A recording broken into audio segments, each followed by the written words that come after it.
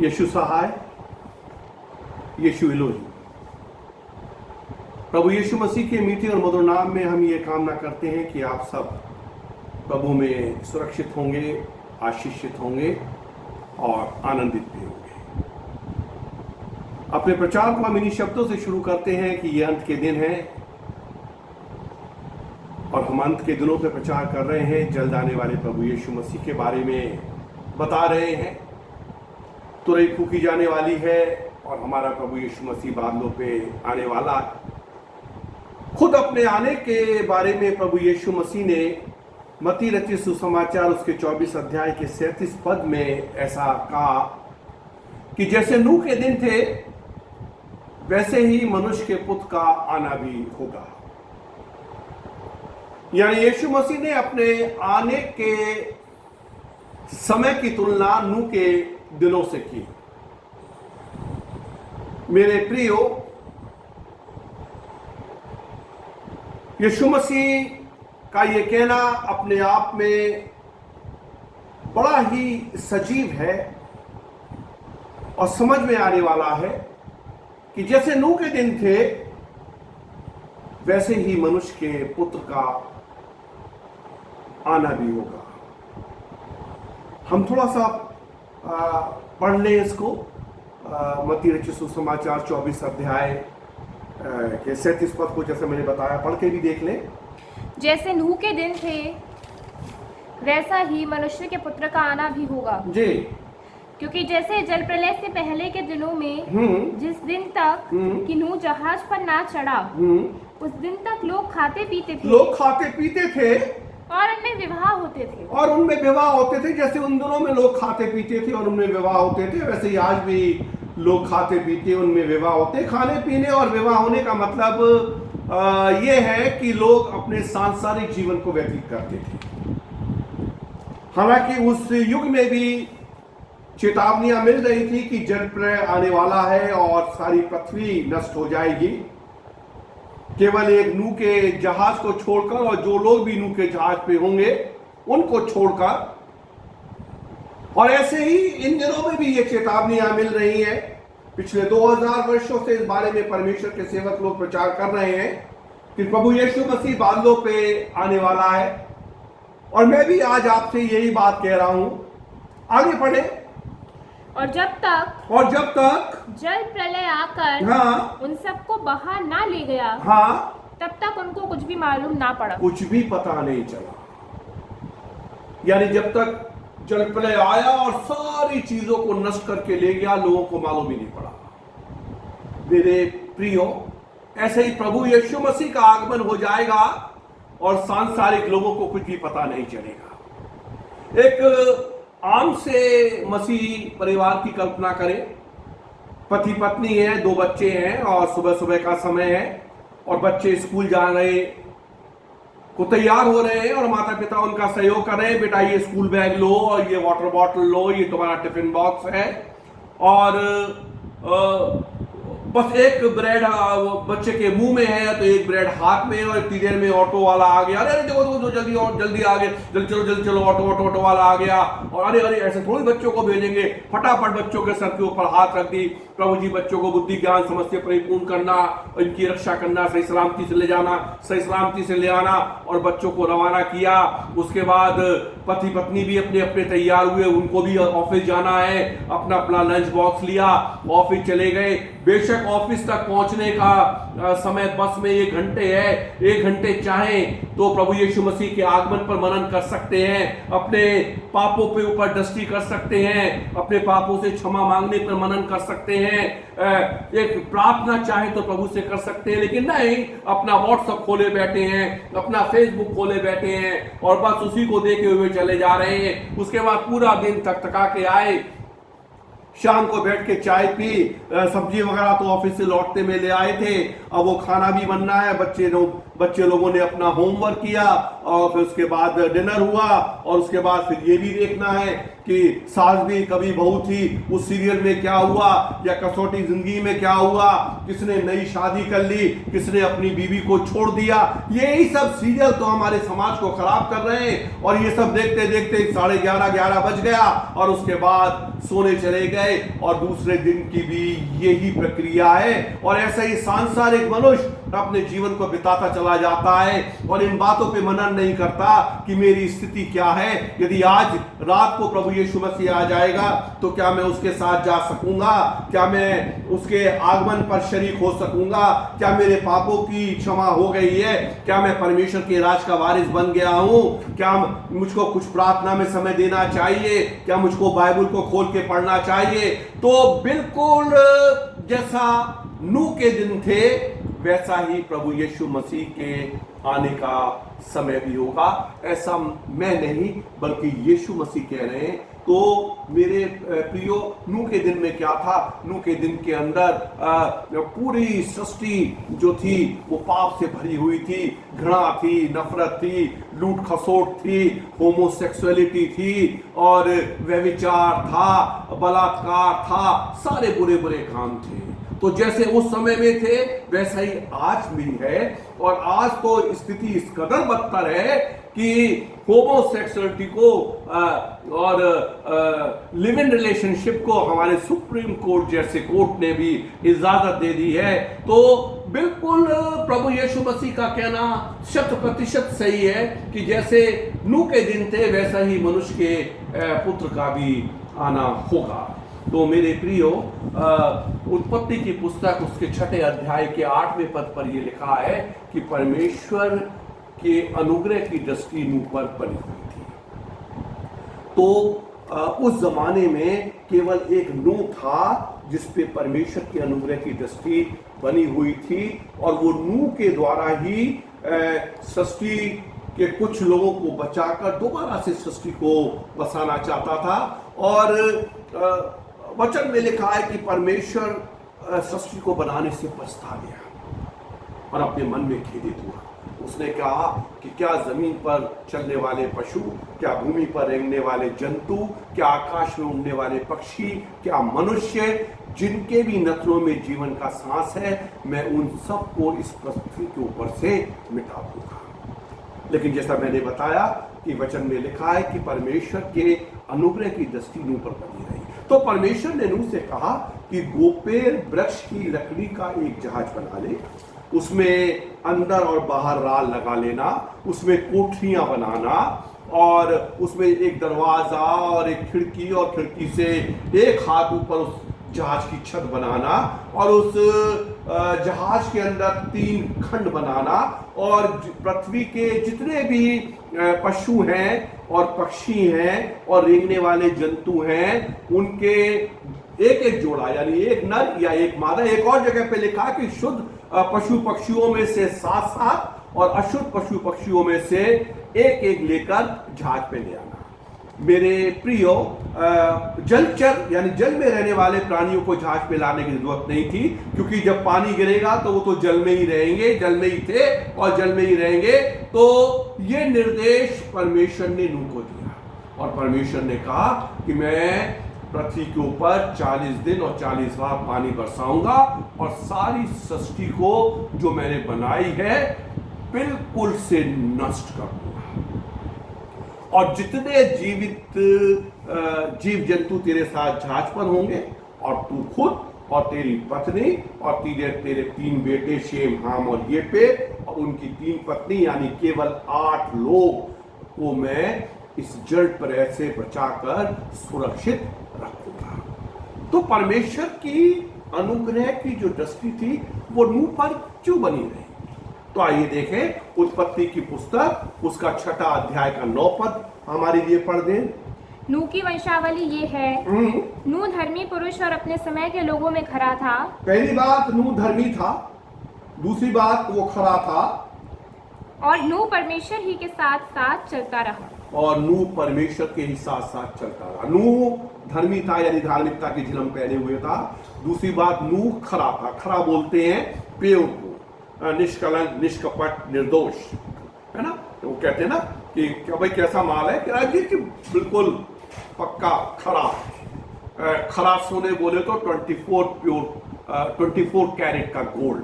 तो पहली बात वो धर्मी था, दूसरी बात वो खरा था, और तीसरी बात वो परमेश्वर के साथ साथ चलने वाला व्यक्ति था। परमेश्वर के साथ साथ चलना नूह को एक अद्वितीय बना देता है। परमेश्वर के साथ साथ मतलब परमेश्वर का अनुकरण करने वाला, परमेश्वर के संग संग परमेश्वर के पीछे पीछे चलने वाला। यीशु मसीह ने भी अपने शिष्यों की पहली शर्त यही रखी कि जो अपने आपे का इनकार करे और अपने क्रूस को अपने ऊपर उठाए, प्रतिदिन लिखा लूका रचित सुसमाचार में, और मेरे पीछे आ जाए, वही मेरा चेला हो सकता है। उन मुकद्दस लोगों के लिए, परमेश्वर के सेवकों के लिए जो निर्दोष हैं, जिन्होंने झूठ नहीं बोला, जिन्होंने अपने आप को स्त्रियों के साथ अशुद्ध नहीं किया, जो कुंवारे हैं, उनके बारे में लिखा। और वो लोग जो मेमना जहां जहां जाता था उसके पीछे चलते थे। तो साथ साथ चलना एक बहुत बड़ी बात है। मैंने ऐसा सुना कि एक व्यक्ति था, वो परमेश्वर की बड़ी नजदीकी में था, परमेश्वर के बिल्कुल साथ साथ चलने वाला था, और परमेश्वर उससे बड़ा खुश था। वो अपना प्रार्थना में समय व्यतीत करता था, वचन अध्ययन में व्यतीत करता था, परमेश्वर के लिए आत्मिक गीत गाया करता था, परमेश्वर की संगति करता था। और एक दिन परमेश्वर बड़ा खुश होकर उस मनुष्य से मिलने आया और उसने कहा कि हे मेरे बेटे, बस जैसे तू मेरे साथ चल रहा है वैसे ही मेरे साथ साथ तू चलता रहना।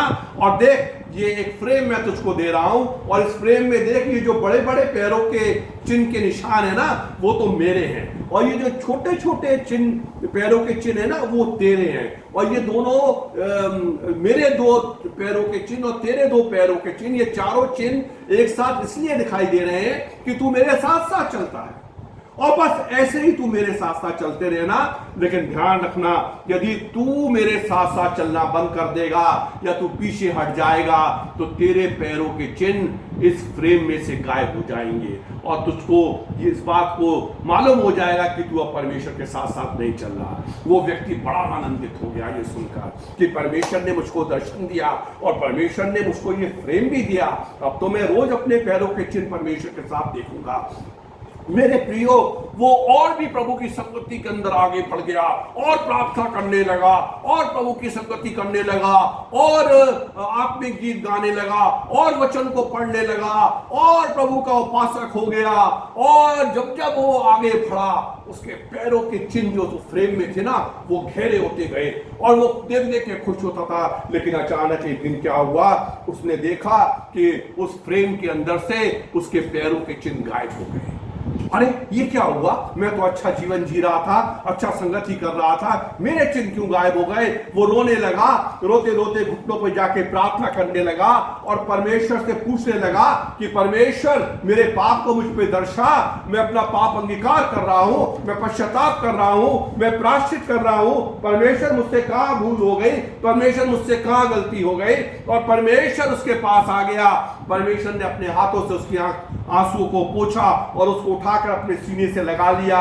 उसने कहा कि नहीं मेरे बेटे, तुझसे कोई गलती नहीं हुई। तो परमेश्वर, फिर मेरे पैर के चिन्ह इस फ्रेम में से कहां गायब हो गए। परमेश्वर ने कहा कि मैं तुझसे इतना खुश हो गया क्योंकि तू मेरी संगति में बढ़ गया था कि अब मैंने तुझको उठाकर अपनी गोद में ले लिया, और अब मैं तुझको अपनी गोद में लेके चल रहा हूं। अब चूंकि तू मेरी गोद के अंदर है, इसलिए अब तेरे पैरों के चिन्ह इस फ्रेम के अंदर दिखाई नहीं दे रहे। मेरी बात आपकी समझ में आई? तो मेरे प्रियो, जो लोग परमेश्वर के साथ साथ चलते हैं, सचमुच में उनके लिए एक बड़ा भारी प्रतिफल है। तो पहली बात मैंने बताई कि नूह धर्मी था, दूसरी बात वो खरा था, तीसरी बात वो परमेश्वर के संग संग चलने वाला था, और चौथी बात नूह बड़ा भारी विश्वासी था। हालांकि हम अब्राहम को बोलते हैं कि वो विश्वासियों का पिता है, क्योंकि परमेश्वर पर अब्राहम ने विश्वास किया और ये उसके लेखे में धर्म गिना गया। लेकिन मेरे प्रियो, मैं आपको इस बात को बताना चाहता हूं कि नूह भी कम विश्वासी नहीं था। हमारे साथ निकाले इब्रानियों की पुस्तक, उसका 11 अध्याय और उसका 7 पद, और मैं रक्षा से चाहूंगा कि रक्षा बिटिया हमारे लिए इसको पढ़ दे। विश्वास ही से हाँ, नूह ने उन बातों के विषय में उन बातों के विषय में जो उस समय दिखाई ना पड़ती थी, इस बात पे जरा गौर कर ले, उन बातों के विषय में जो उस समय यानी नूह के समय में दिखाई नहीं देती थी, चेतावनी पाकर हाँ, भक्ति के साथ हाँ, अपने घराने के बचाव के लिए जहाज बनाया। जहाज बनाया। उन बातों पर विश्वास किया जो उस जमाने में दिखाई नहीं देती थी। उस समय क्या बातें दिखाई नहीं देती थी? मेरे प्रियो, मैं आपकी जानकारी के बारे में बता रहा हूं कि उस समय आसमान से पानी गिरता हुआ दिखाई नहीं देता था, क्योंकि उस जमाने के अंदर बरसात नहीं हुआ करती थी। बाइबल में लिखा हुआ है कि उत्पत्ति के पुस्तक में कि कोरा पृथ्वी पर से उठता था और उसके द्वारा सारी भूमि सिंच जाती थी। तो पानी गिरता नहीं था, बरसात होती नहीं थी, लेकिन परमेश्वर ने कहा कि मैं आकाश से 40 दिन और 40 रात वर्षा करूंगा। तो नूह ने इस बात के ऊपर विश्वास किया। और मेरे अजीजों, मैं सोचता हूं कि उस जमाने में शायद बड़े बड़े जहाज भी दिखाई नहीं देते थे।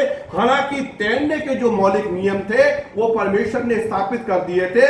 बहुत वर्षों के बाद साइंटिस्ट आर्किमिडीज ने first law, second law, third law दिया, लेकिन परमेश्वर तैरने के नियम बना चुका था। उस जमाने के लोगों को मालूम था कि अगर हम एक कील को पानी में डालते हैं तो वो कील तो डूब जाती है, लेकिन लकड़ी पानी पे तैरती रहती है। मूसा के बचाव के लिए जब बांस की टोकरी बनाई और उन्होंने उसको नील नदी के अंदर छोड़ा, तो वो बांसों की टोकरी आने वाले समय के लिए एक नाव और जहाज का प्रतीक थी। तो जहाज दिखाई नहीं देते थे, लेकिन नूह ने कहा कि हां ठीक है परमेश्वर, मैं इस बात पर विश्वास करता हूं कि बरसात होगी और मुझको जहाज बनाना है। और वचन में लिखा है कि उसने जहाज को बनाया। तो पहली बात मैंने बताई धर्मी, दूसरा खरा, तीसरा परमेश्वर के साथ चलने वाला, चौथा विश्वासी, और पांचवी बात कि जो नूह था ना, वो केवल जहाज को बनाने वाला ही नहीं था, बल्कि वो धर्म प्रचारक भी था। दोबारा से हम चाहेंगे रक्षा बिटिया फिर से पढ़े दूसरा पत्रस, दूसरा अध्याय, उसका 5 पद।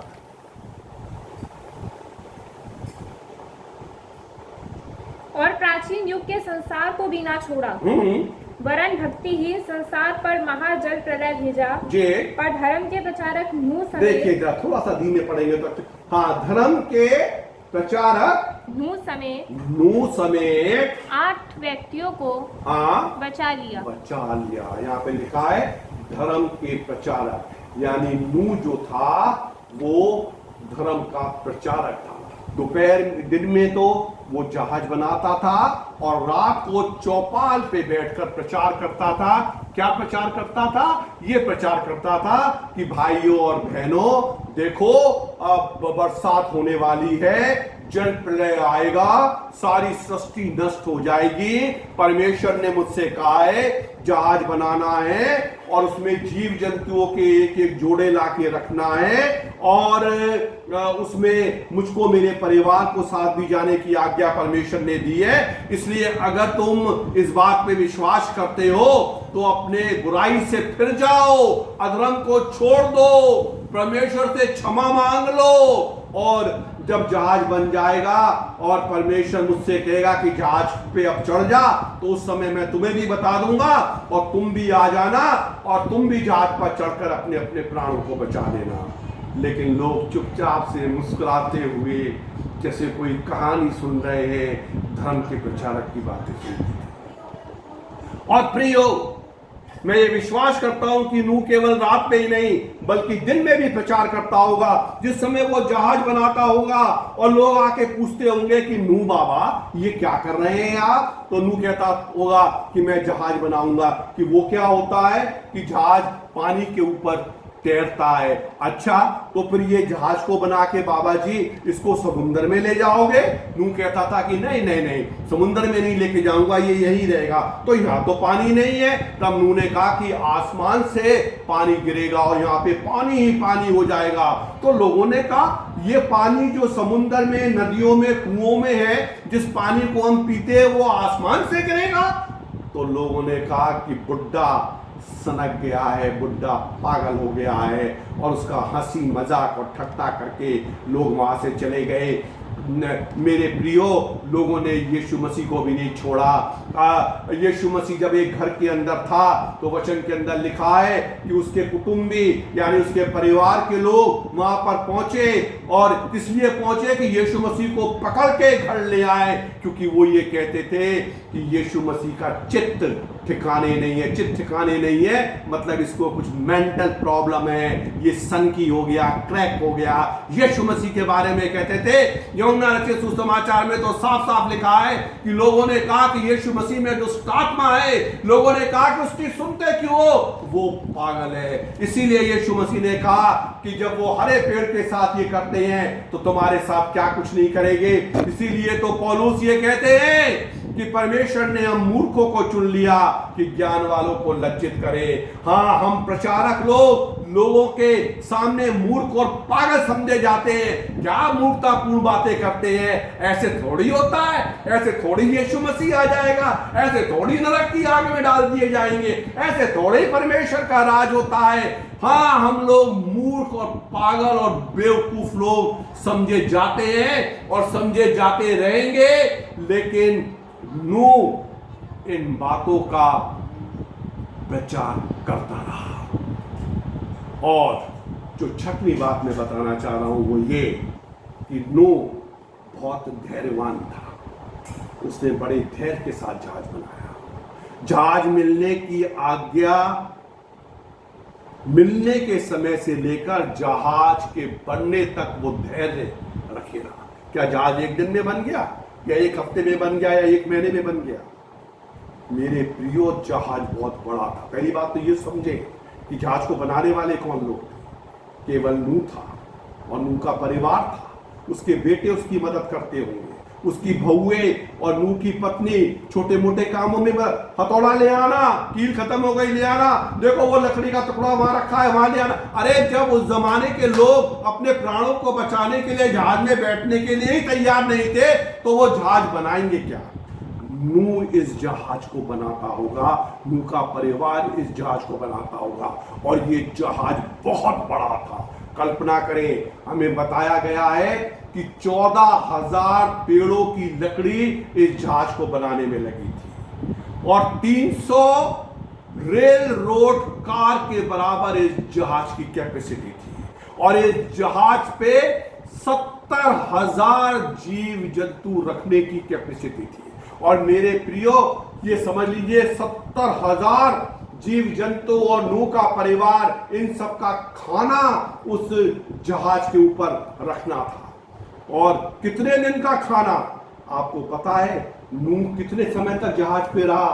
बाइबल में लिखा कि जब नूह की आयु का 600वां वर्ष आया तब जल प्रलय आया, और जब नूह की आयु का 601 वर्ष के दूसरे महीने का 27वां दिन, यानी 600 वर्ष से 601 वर्ष मतलब 1 साल हो गया, दूसरा महीना मतलब 1 महीना कंप्लीट, और 1 महीने के 27 दिन, यानी नूह 1 साल 1 महीने और 27 दिन जहाज पे रहा।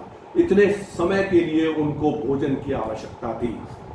तो जहाज कितना बड़ा होगा? जहाज बहुत बड़ा होगा। जहाज में 3 घंटे, ऐसा मैं सोचता हूं, एक शायद जीव जंतुओं के लिए होगा, एक भोजन सामग्री के लिए होगा, एक नूह के लिए होगा। इतना बड़ा जहाज नूह ने उस जमाने के अंदर बनाया, और बड़े धैर्य के साथ नूह ने उस जमाने के अंदर उस जहाज को बनाया। अब मैं आपकी जानकारी के लिए थोड़ी सी बातें बताना चाहता हूं मेरे प्रियो, कि नूह जो था, जब जहाज बनाया तो नूह के जहाज की एक विशेषता थी कि नूह के जहाज में केवल एक ही दरवाजा था।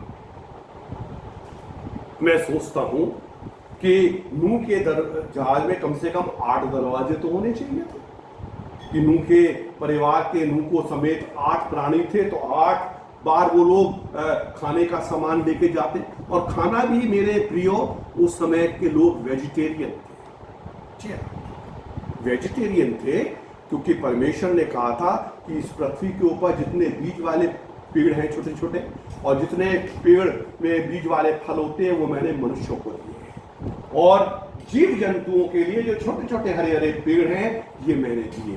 तो इसीलिए तो शेर भी जहाज में गया और हिरन भी गया, तो शेर ने हिरन को नहीं खाया और कुत्ते ने बिल्ली को नहीं भगाया और बिल्ली ने चूहे को नहीं खाया और सब लोग शाकाहारी थे। तो ये सारा सामान वहां पे गया।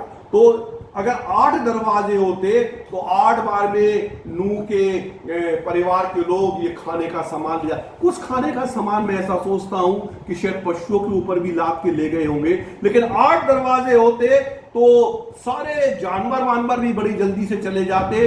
लेकिन मेरे प्रियो, जहाज को परमेश्वर के निर्देश के अनुसार ही बनना था। जहाज में केवल एक दरवाजा था। आपकी जानकारी के लिए मैं इसको वचन से पढ़कर बताना चाहता हूं। उत्पत्ति की पुस्तक उसका 6वां अध्याय और उसका 16। जहाज में एक खिड़की बनाना, जहाज में एक खिड़की बनाना और उसके एक हाथ ऊपर से इसकी छत बनाना, उसके एक हाथ ऊपर से उसकी छत बनाना और जहाज की एक ओर एक द्वार रखना। और जहाज के एक ओर क्या रखना?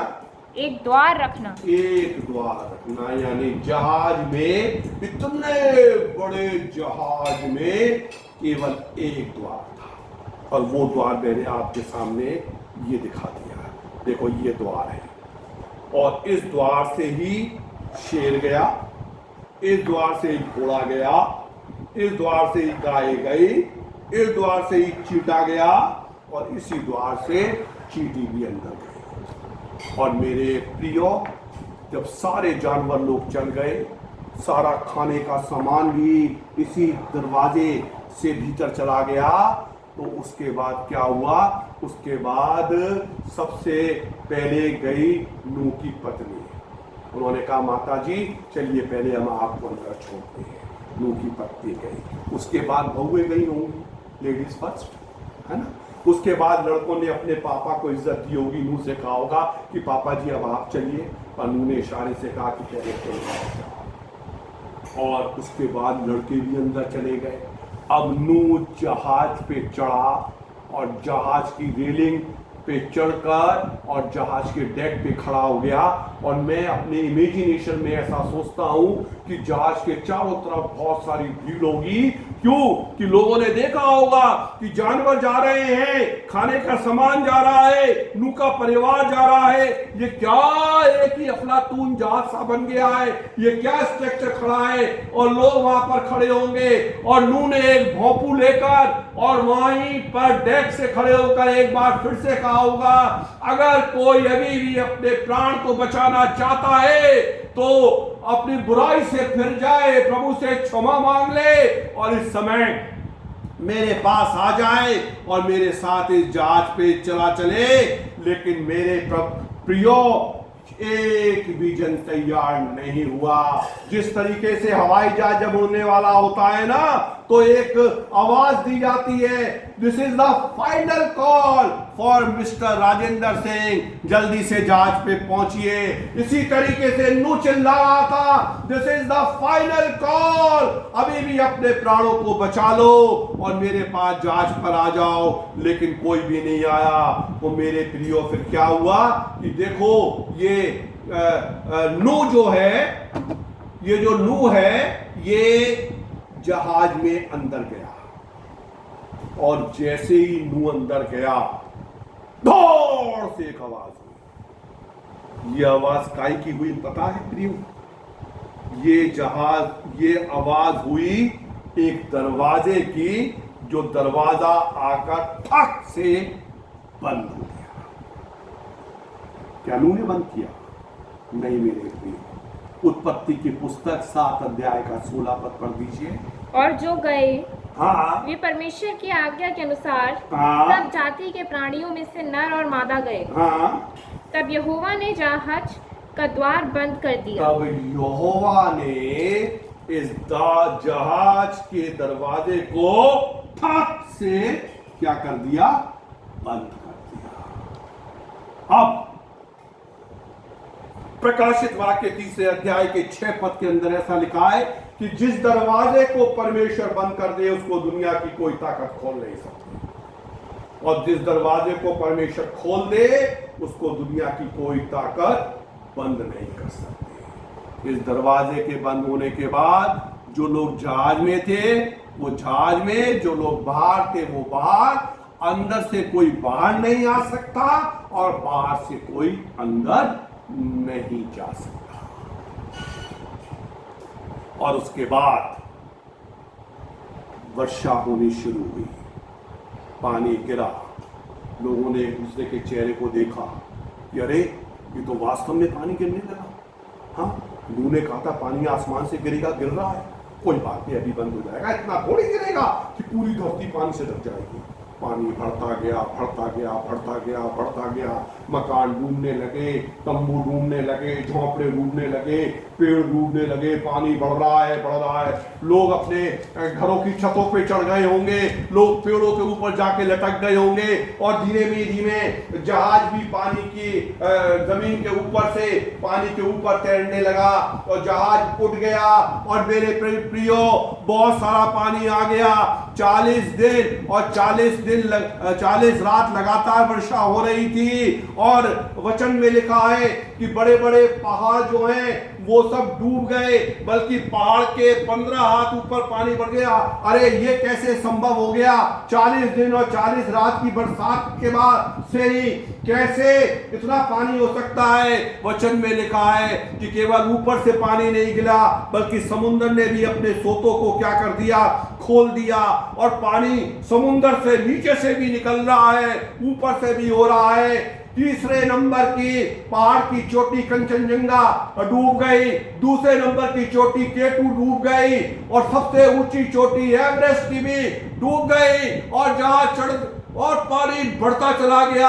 मैं ऐसी कल्पना करता हूं कि जिस समय पानी बढ़ रहा होगा, कुछ लोग दौड़ के जहाज की रेलिंग से लटक गए होंगे और लटके रहे होंगे, कुछ जोरावर लोग रेलिंग को पार करके डेक पे चढ़ गए होंगे, और डेक पे चढ़ के उन्होंने दरवाजे के पास जाके पीटा होगा कि नूह बाबा हमारे लिए दरवाजे को खोल दे। नूह ने अंदर से सुना, अरे ये तो मेरे भतीजे लेमेक की आवाज है, अरे ये तो मेरे भांजे याकूब की आवाज है, अरे ये तो मेरे पड़ोसी की आवाज है, आय हाय ये लोग तो नष्ट हो रहे हैं। और नूह ने कोशिश करी होगी, नूह का दिल पसीज गया। नूह आया दरवाजे के पास और नूह ने आके दरवाजे को खोलने की कोशिश करी होगी, लेकिन जिस दरवाजे को परमेश्वर ने बंद कर दिया उसको दुनिया की कोई ताकत खोल नहीं सकती, और वो दरवाजा नहीं खुला।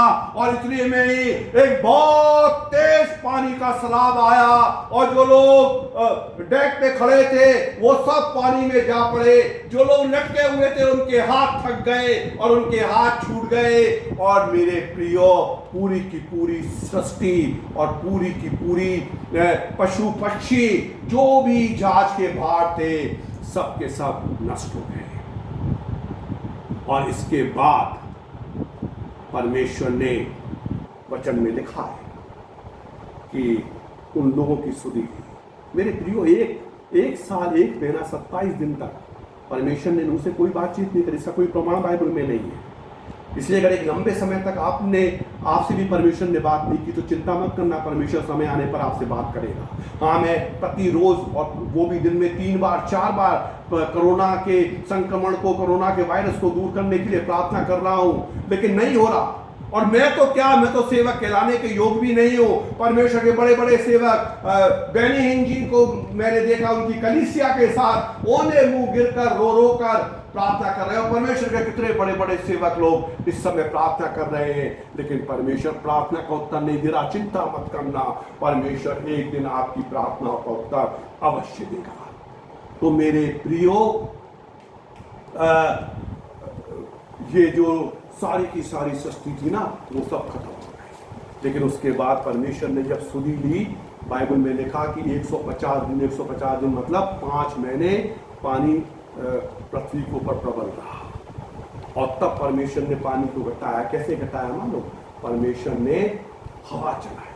मुझे ये बड़ा अच्छा लगता है कि हमारा जो परमेश्वर है ना, बड़े साइंटिफिक तरीके से काम कर रहा है। हमारा परमेश्वर वो देवी देवता नहीं है कि हाथ में जादू की छड़ी ले ले, छू मंतर काली का अंतर, ओ पानी गिरे, यानी बस 1 घंटे के अंदर इतना पानी पहाड़ों के ऊपर हो गया और छू कलंतर काली कलंतर, पानी कम हो जा, फट से 1 सेकंड के अंदर पानी कम हो गया।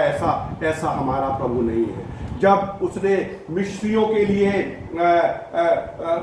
विपत्ति के रूप में टिड्डियों को लेके आया, वचन में लिखा कि उसने पुरवाई चलाई और टिड्डियां उस पुरवाई के से खिंच के आई। जब उसने समुद्र को 2 भाग किया, वहां पे लिखा कि उसने प्रचंड बयार चलाई और उस बयार से समुद्र 2 भाग हो गया।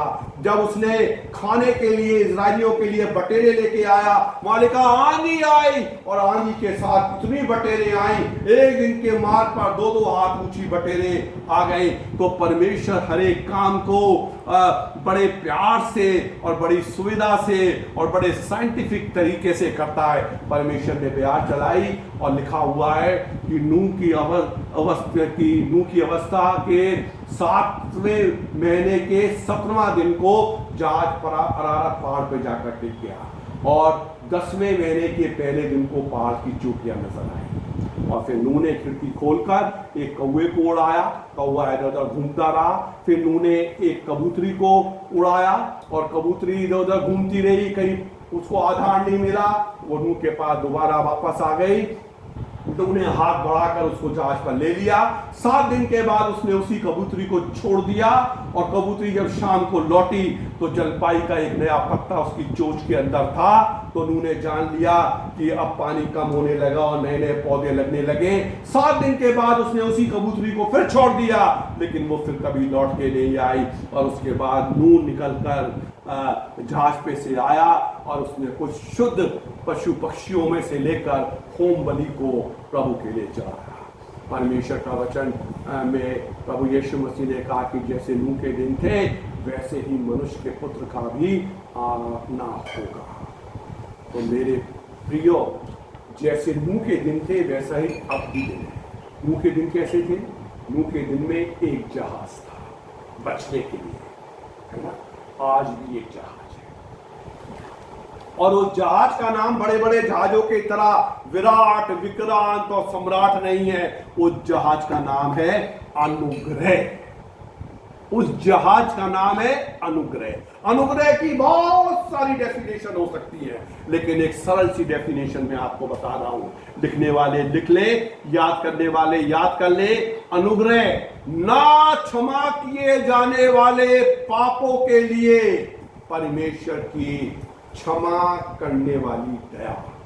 ना क्षमा किए जाने वाले पापों के लिए परमेश्वर की क्षमा करने वाली दया। ऐसे पाप जिनकी क्षमा हो ही नहीं सकती, यदि परमेश्वर उनको क्षमा करने के लिए दया कर दे तो उसको बोलते हैं अनुग्रह। और वो आज उस जहाज का नाम है अनुग्रह। और जैसे नूह के जहाज में ना एक ही दरवाजा था, ऐसे ही आज जो जहाज है उसके अंदर भी एक ही दरवाजा है और वो दरवाजा है प्रभु यीशु मसीह। ये दरवाजा है अनुग्रह के जहाज का। ये ही दरवाजा मैंने आपको बताया था कि नूह के जहाज का था एकमात्र दरवाजा। और ये एकमात्र दरवाजा मैं आपको बता रहा हूं कि ये ही आज अपने प्राणों को नरक में जाने से बचाने का दरवाजा है, अपने पापों से क्षमा मांगने का, अपने आप को प्रभु यीशु मसीह को अपना उद्धारकर्ता स्वीकार करने का। और इस दरवाजे का नाम है यीशु मसीह। यूहन्ना रचित सुसमाचार 14 अध्याय के 6 पद में ये लिखा है कि मार्ग, सत्य और जीवन मैं ही, बिना मेरे द्वारा कोई पिता के पास नहीं पहुंच सकता। मार्ग, सत्य और जीवन कौन कह रहा है? मैं ही हूं। यीशु मसीह कह रहे हैं मैं ही। यानी सत्य रूपी जीवन को पहुंचाने वाला मार्ग। मार्ग बोलते हैं रास्ते को। रास्ता का हिस्से बनता है, रास्ता बनता है दरवाजे से। तो सत्य रूपी जीवन को पहुंचाने वाला मार्ग। ग्राथा मेहरबानी से पढ़ लीजिए प्लीज, बड़ा अच्छा लगेगा। 14:6 जी 14 पद पढ़िए। यीशु ने उससे कहा जी मार्ग और सत्य और जीवन मैं ही हूँ। मार्ग और सत्य और जीवन में ही हूँ। सत्य रूपी जीवन को पहुंचाने वाला मार्ग मैं ही हूँ। यीशु मसीह कह रहे हैं मैं ही हूँ। वो ये दरवाजा यीशु मसीह है और यीशु मसीह कह रहे हैं इस दरवाजा मेरे बिना, आप पढ़िए, बिना मेरे द्वारा कोई पिता के पास नहीं पहुंच सकता। बिना मेरे द्वारा कोई पिता के पास नहीं पहुंच सकता।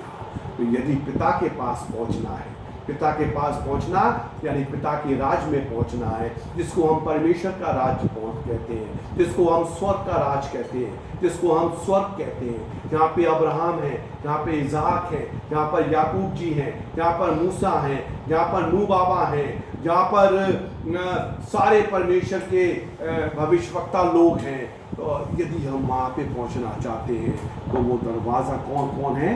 वो दरवाज़ा यीशु मसीह है। अगर आपकी बात समझ में नहीं आई तो थोड़ा सा और क्लियर कर लीजिए। यूहन्ना रचित सुसमाचार उसका 10 अध्याय जरा 7 पद पढ़िए।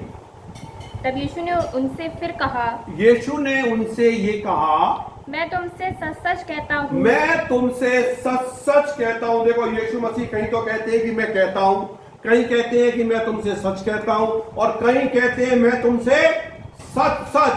सच सच मतलब जैसे वो मैजिस्ट्रेट होता है ना, वो कहता है ऑर्डर ऑर्डर, जोर से मार। सच सच मतलब मेरी बात में वजन है, मेरी बात के अंदर बहुत भारी वजन है और मेरी बात को हल्की मत समझना। यीशु मसीह कह रहे हैं कि मैं तुमसे सच सच कहता हूं जी, भेड़ों का द्वार मैं हूँ। भेड़ों का दरवाजा मैं हूँ। भेड़े कौन है? भेड़े प्रभु के लोग हैं। याद करिए प्रभु यीशु मसीह ने कहा ना कि दाहिनी ओर कौन खड़ा होगा? भेड़। हे मेरे प्रिय लोगों, आओ परमेश्वर के उस राज के वारिस हो जाओ जो तुम्हारे लिए आदिकाल से तैयार किया गया। और बाएं ओर कौन है? बकरियां। हे शापित लोगों, उस नरक के कुंड में चले जाओ जो शैतान और उसके दूतों के लिए तैयार की गई है। तो भेड़ों का द्वार मैं हूँ। जितने उद्धार पाने चाहते हैं उनका द्वार कौन हूँ? मैं हूँ जी। जितने मुझसे पहले आए वे सब चोर और डाकू हैं। ना 9 पद पढ़िए। द्वार मैं हूँ, द्वार मैं हूँ। यदि कोई मेरे द्वारा भीतर प्रवेश करे, यदि कोई मेरे द्वारा भीतर प्रवेश करे तो उद्धार पाएगा। हाँ जी, अब ये आई देखो जी गुड़िया जी, और इन्होंने इस दरवाजे से जब प्रवेश किया तो उद्धार। और ये दरवाजा कौन है? यीशु मसीह है ना। 9 पद में क्या लिखा? द्वार मैं हूँ, द्वार मैं हूँ, यदि कोई मेरे द्वारा भीतर प्रवेश करेगा तो उद्धार पाएगा। हाय। तो क्या इसमें गुड़िया ने क्या पा लिया? उद्धार पा लिया जी। और भीतर बाहर आया जाया करेगा। और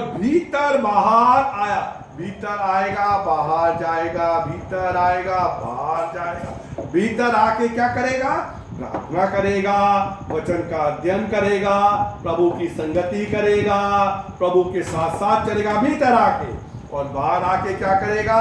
बाहर आकर मेरे प्रियो अपनी बेटी की फीस जमा करने स्कूल में जाएगा। टंकी में बहुत लीकेज हो रहा, मिस्त्री को बुला के लाएगा। अदरक और लहसुन को छील के उसका पेस्ट बना के फ्रिज में रखेगा।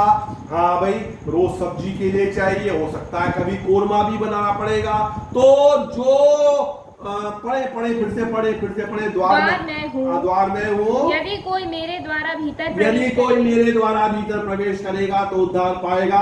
और भीतर बाहर आया जाया करेगा और चारा पाएगा। जब तक तुरई नहीं फूकी जाएगी ना, तब तक क्या पाएगा? चारा।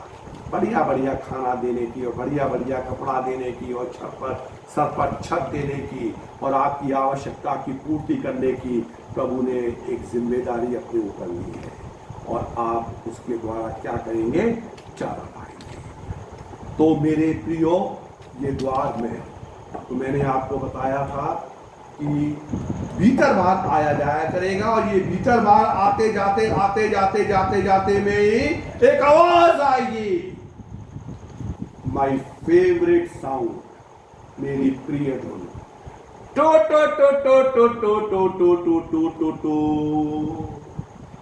और जैसे ही ये आवाज आएगी, अनुग्रह का दरवाजा ठक से बंद हो जाएगा।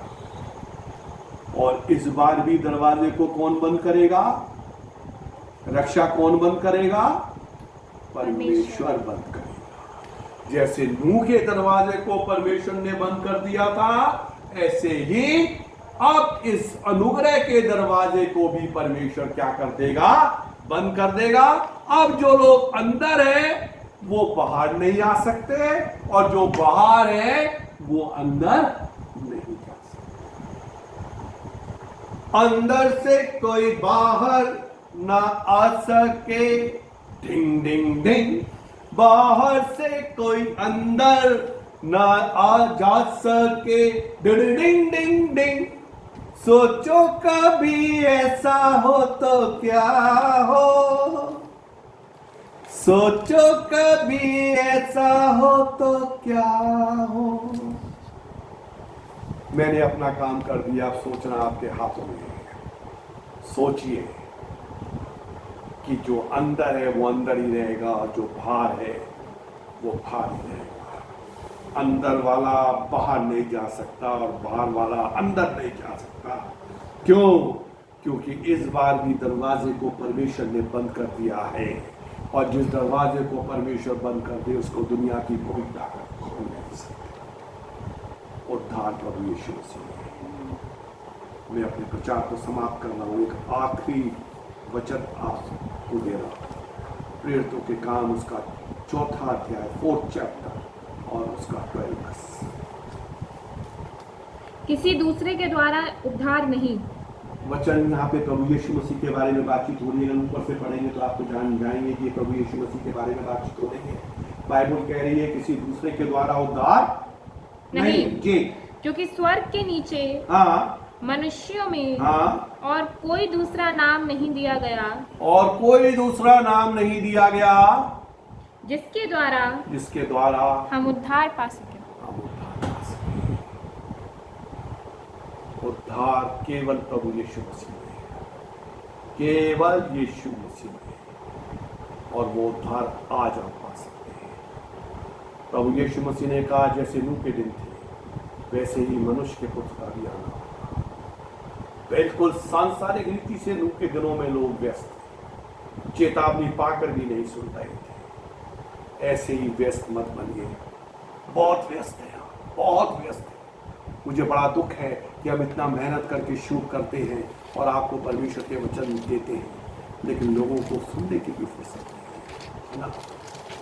मेरे पास इतना ही समय होता है।